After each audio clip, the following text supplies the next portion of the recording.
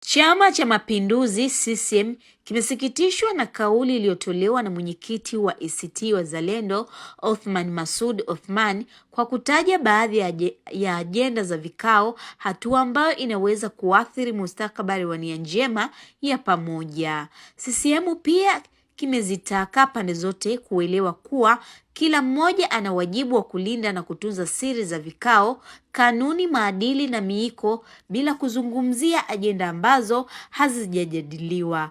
Haya yametamkwa na katibu wa kamati maalum ya NEC Zanzibar, idara ya itikadi, uenezi na mafunzo, Khamisi Mbeto Khamisi. Alisema si vyema kuwa CCM au kwa ACT kuanza kutaja ajenda za vikao vya siri hadharani. Mbeto amesema hadi sasa kilichosainiwa ni kabrasha la tamko la pamoja kuelekea kuanza mjadala wa ajenda zote zinazotakiwa kujadiliwa kwa siri baada ya kamati ya pamoja kuundwa na kuanza kazi kwa mujibu wa hadidu za rejea. Amesema ni muhimu sana kwa pande zote zikaficha siri za vikao bila kutamka hadharani kabla ya kufikiwa kwa maazimio ya kamati ya pamoja. Aidha, katibu huyo mwenezi amesema ni muhimu kila upande kutambua kutakuwa na wajumbe wa kamati ya pamoja ambao ndio itakayokabidhiwa ajenda za majadiliano.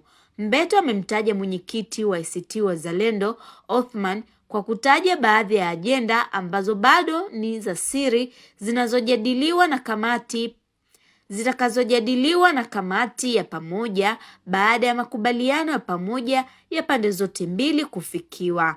Mbeto amedai katika mkutano wa wanachama wa ACT Wazalendo uliofanyika katika ukumbi wa Mpiga Dili, wilaya ya Magharibi B, mkoa wa Mjini, kijiji cha Kombeni, mwenyekiti wa chama hicho alikosea kutaja ajenda za vikao kana kwamba maamuzi hayo ndiyo yaliyofikiwa.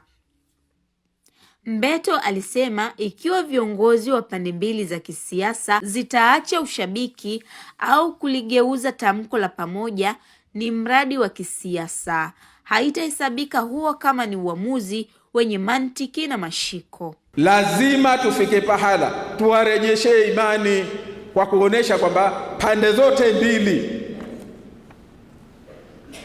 ziko tayari na tunakubaliana haya ambayo tutakwenda kukubaliana.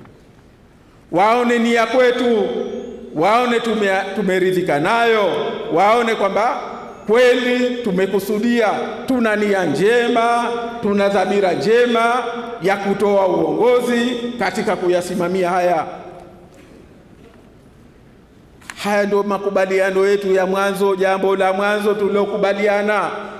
Ndugu zangu, kipindi hichi niwaombe sana viongozi, niwaombe wanachama, niwaombe wapenzi wetu, washabiki wetu wanaotakia